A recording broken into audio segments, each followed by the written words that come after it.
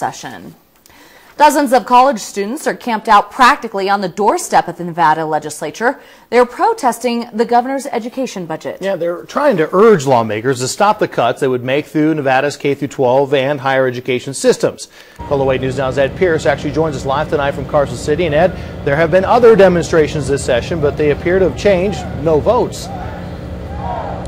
This is a return trip for many of these students, but they are undeterred, and some have come a long way to camp out in the cold again in unseasonal weather to once again make their points. The first arrivals this morning were a busload of students from southern Nevada who immediately began setting up camp.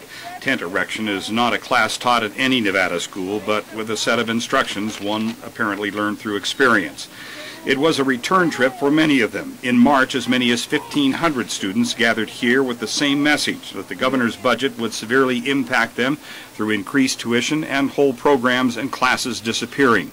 The governor met with several of the students at that time, gave their arguments a sympathetic hearing, but stuck to his no new taxes pledge. Since then, more optimistic revenue projections have allowed him to restore millions to the budget, but it would still mean big cuts to Nevada schools. So some of the students are back making the same argument. What we want to do is just put a face to this, these cuts. We're not just 30%. I'm Emma, and it's Ricky and Christina who might not be able to go to school next semester because of this.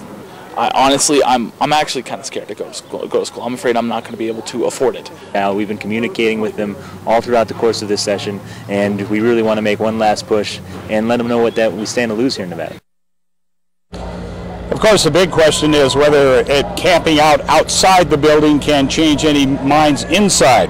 Organizers say they are, however, determined to meet with individual lawmakers on both sides of this issue to once again make their points. With 3 weeks to go, with the lines long since drawn and positions hardened, and the lawmakers tied down with long floor sessions and long committee hearings, they may have a hard time getting their representatives' attention, though. But give them credit, the encampment, especially in this weather, is a little hard to ignore. All right, Ed Pierce reporting live for us tonight from Carson City. Thanks, Ed.